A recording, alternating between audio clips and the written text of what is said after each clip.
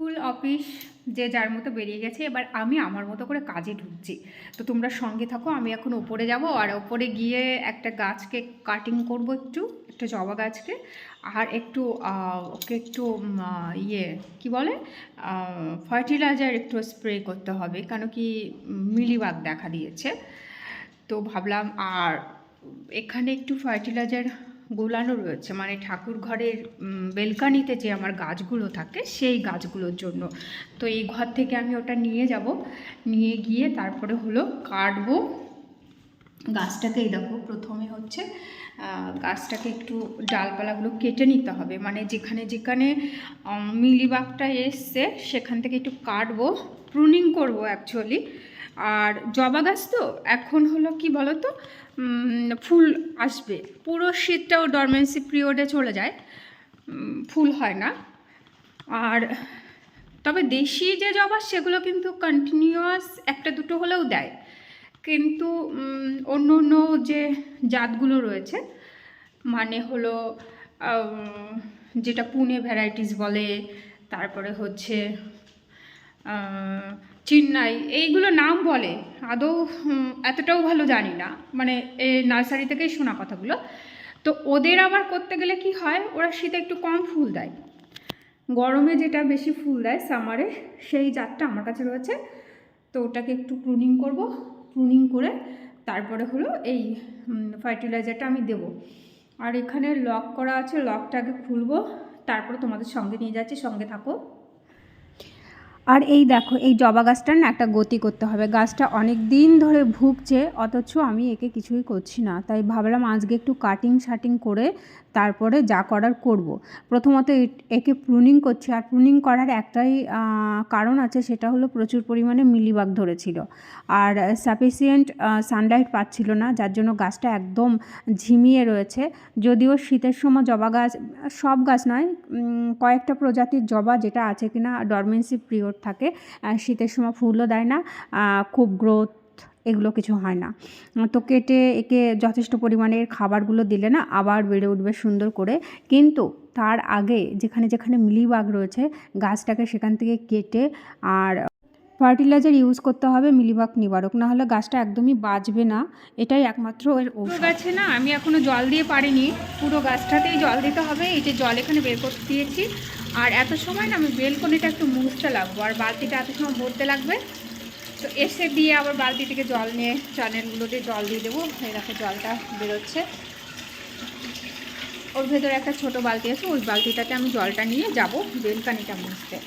আর এটা একটু স্লো করে দেবো, ট্যাপটাকে আস্তে আস্তে করে পড়তে থাকবে, তারপরে হচ্ছে আমি নিয়ে চলে যাব। এটা ভরে গেছে, সঙ্গে থাকো তোমরা। ওখানে এখনও জল ধোয়া ইনকমপ্লিট আছে, বালতিতে জলটা পড়ছে, তোমাদেরকে শেয়ার করলাম। আর এইখানে বেলকানিটা আমি খুলছি, খুলে তারপরে এখানের গাছের অবস্থাগুলো আমি দেখব, তোমাদেরকেও দেখাবো। আর এই দেখো খুলে দিয়েছি, পর্দাগুলো দেওয়া হচ্ছে কারণ গরমের সময় প্রচণ্ড রৌদ্রতে কাঠের দরজায় ভীষণ পরিমাণে এফেক্ট হয়, ফেটে যায়, রং উবে যায়, এই কারণগুলোতে পর্দাটা দেওয়া। আর এই দেখো সুন্দর একটা আমার হচ্ছে বুগেনভেলিয়া, ওটা হলো চিত্রা নাম, দুটো কালার একসঙ্গে হবে। আর বাদবাকি বুগেনভেলিয়াগুলো দেখিয়ে দিলাম। এখনও ফুল আসছে না, তবে সামারের সময় একদম প্রচুর ফুল আসবে, এখনও শীত রয়েছে জন্য ফুলটা কোনো মতে, এরা তো 12 মাসই প্রায় ফুল দেয়, তাই জন্য। আর আমি এইখানটা খুললে পারেই এদেরকে জল দেওয়ার সঙ্গে সঙ্গে এই এই এই স্পেসটুকু না আমার না মুছলে একদমই ভালো লাগে না। ঝাড় তো দিই, ভাবি ঝাড়টা দিয়ে বেরিয়ে যাব, কিন্তু সেই আবার মুছেই দিই, মানে 100-এর মধ্যে 90% পরিষ্কার পরিচ্ছন্ন এখানে আমিই রাখি। এখানে কন্টিনিউ আমার হেল্পার সে রোজ করে না, অবশ্য তাকে এইভাবেই বলা রয়েছে, হয়তো বলা আছে সপ্তাহে একদিন, দেখা গেল কখনো কখনো সেটাও হয় না, যার জন্য 90% আমি করি। 90% বললে ভুল হবে, 95% আমাকেই করতে হয়। তার জন্য এই যে আবার জল দেওয়ার এখান থেকে যে আমি জল নিয়ে যাতায়াত করেছি, পায়ের ধুলো জল কাদা কাদা হয়ে গেছে ময়লার জন্য, তাই জন্য আমার না মুছলে একদমই ভালো লাগে না। আর সাদা রঙের ফ্লোর, যার জন্য আমাকে মুছতেই হয়, সাদা টাইলসের এই একটা সমস্যা, পায়ের কিছু থাকলে। আর হচ্ছে স্নান পুজোর পরে তোমাদের সঙ্গে দেখা করছি। এখন না আমি ভাত নিয়ে বসেছি, আর সঙ্গে টিভিটাও চলছে। আর এই দেখো ভাত, আমি আপাতত বেগুন পোড়া নিয়ে বসেছি, এরপরে তরকারিটা নিয়ে আসবো। আর টিভি দেখবো, অনেকদিন পরে আবার একটু টিভি দেখছি। অ্যাকচুয়ালি আজকে না সকাল সকালে ওরা গেছে, মানে কর্তামশাই একটু সকালে গেছে, আদির টাইমটা তো বাধা। কর্তামশাইয়ের ডিউটি একটু আলাদা পড়েছে, যার জন্য একটু আগে ভাগে পালাচ্ছে। আর আগে ভাগে পালাচ্ছে জন্য কাজগুলো আমি একটু তাড়াতাড়ি গুছিয়ে নিতে পারছি, যার জন্য টিভি দেখার হয়তো আমি ভাত খাওয়ার সময়টা পাবো। নর্মালি আমি খুব কমই দেখি, যাই হোক দেখি আর খাই। আর অবশ্যই তোমরাও সঙ্গে থাকো। আমি জামা কাপড়গুলো ওপর থেকে তুলে নিয়ে আসলাম, আর এদিকে কিন্তু টিভি চলেই যাচ্ছে, টিভির মতো টিভি চলছে। তবে জামা কাপড়গুলো আমি এখন আর ভাঁজ করব না, একটু পরে করব, কেন কি এখন হাতে পরব নেল পলিশ, আর যার জন্য এটা পরে ভাঁজ করব। আর অবশ্যই তোমরা সঙ্গে থাকো। খাওয়ার পরে আমি নেল পালিশটা পরতে বসলাম। আমার এই দুটোই টাইম হয়, ঘুমানোর আগে পরে ঘুমিয়ে পড়ি, না হলে এই যে দুপুরবেলার খাওয়াটা খেয়ে তারপরে হচ্ছে পড়ছি। তাতেই অনেক কাজ করতে রীতিমতো কোথা দিয়ে উঠে যাবে আমি নিজেও টের পাবো না, পরে গিয়ে দেখবো যে নখের ওই পাশটাই নেই। খুব সুন্দর করে, কিন্তু কিছুটা উঠেও গেল। অ্যাকচুয়ালি কালার করছিলাম, ড্রয়িংয়ের যে কালার এখনও আমার বাকি আছে, এখনও ইনকমপ্লিট এখনও। তো এই দেখো খেয়ে গেছে। আর এই যে বুড়ো আঙুলটাই দেখতে পাচ্ছ, এখানটাতে হচ্ছে রং লেগে গেছিলো, মানে মোম রংটা লেগে গেছে। তো আমি রেখে দিলাম, আর এখন আমি রেডি হয়ে আদিকে আনতে যাব, কেন কি সময় হয়ে গেছে।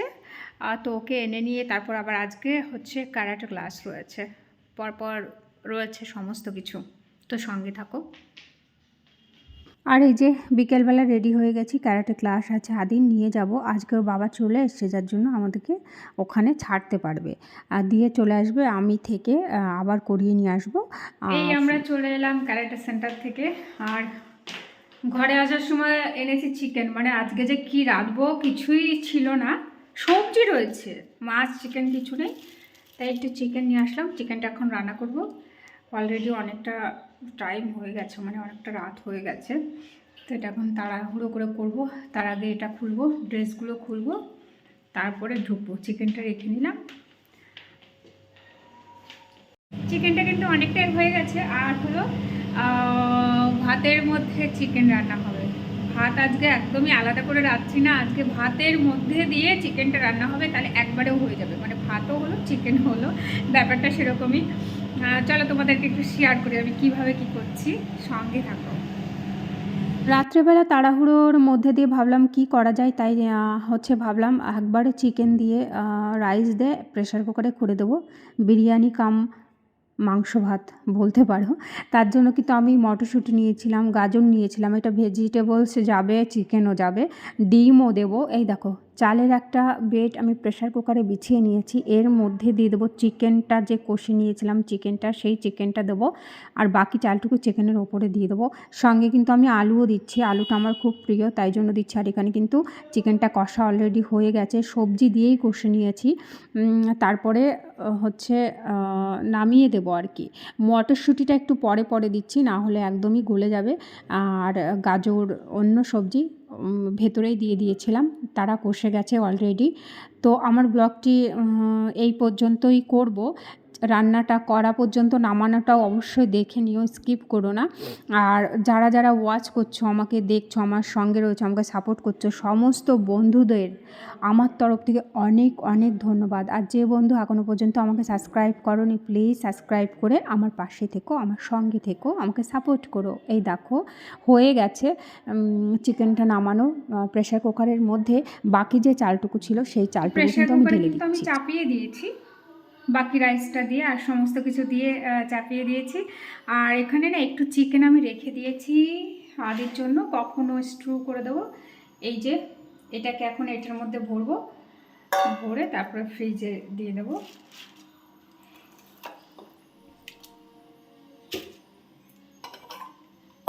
একটু চিকেন থাকলে কি হয়, যখন তখন স্কুলে টিফিন বা রাত্রেবেলা স্ট্রু খেতে সবাই পছন্দ করি আমরা, তো সেটা বানিয়েও খাওয়া যায়, অল্প একটু থাকলেই হলো। তো এটা আমি না ফ্রিজে দিয়ে ডিপ ফ্রিজে দিয়ে দিচ্ছি। চিকেন আর ডিমটা থাকলে একদম নিশ্চিন্ত স্কুলের টিফিন নিয়ে, না হলে পারে কিন্তু ভীষণ একটা চাপ থাকে মাথায়।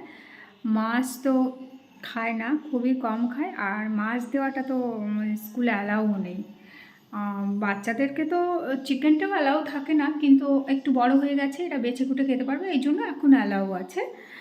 কিন্তু একদম লোয়ার নার্সারি, আপার নার্সারি, ইভেন কি বোধহয় ক্লাস 1 পর্যন্ত বারণ থাকে। তো সঙ্গে থাকো, আমি কিন্তু এটা হাই ফ্লেমে দিয়ে রান্না করছি। দেখা যাক কতটা সময় লাগে, তবে খুব তাড়াতাড়িও হয়ে যেতে পারে, কিন্তু চালটা ছোটো তো এই জন্য। তো সঙ্গে থাকো তোমরা, আর রান্নার পরে কেমন হয়েছে আমি অবশ্যই তোমাদের শেয়ার করব, সঙ্গে থেকো।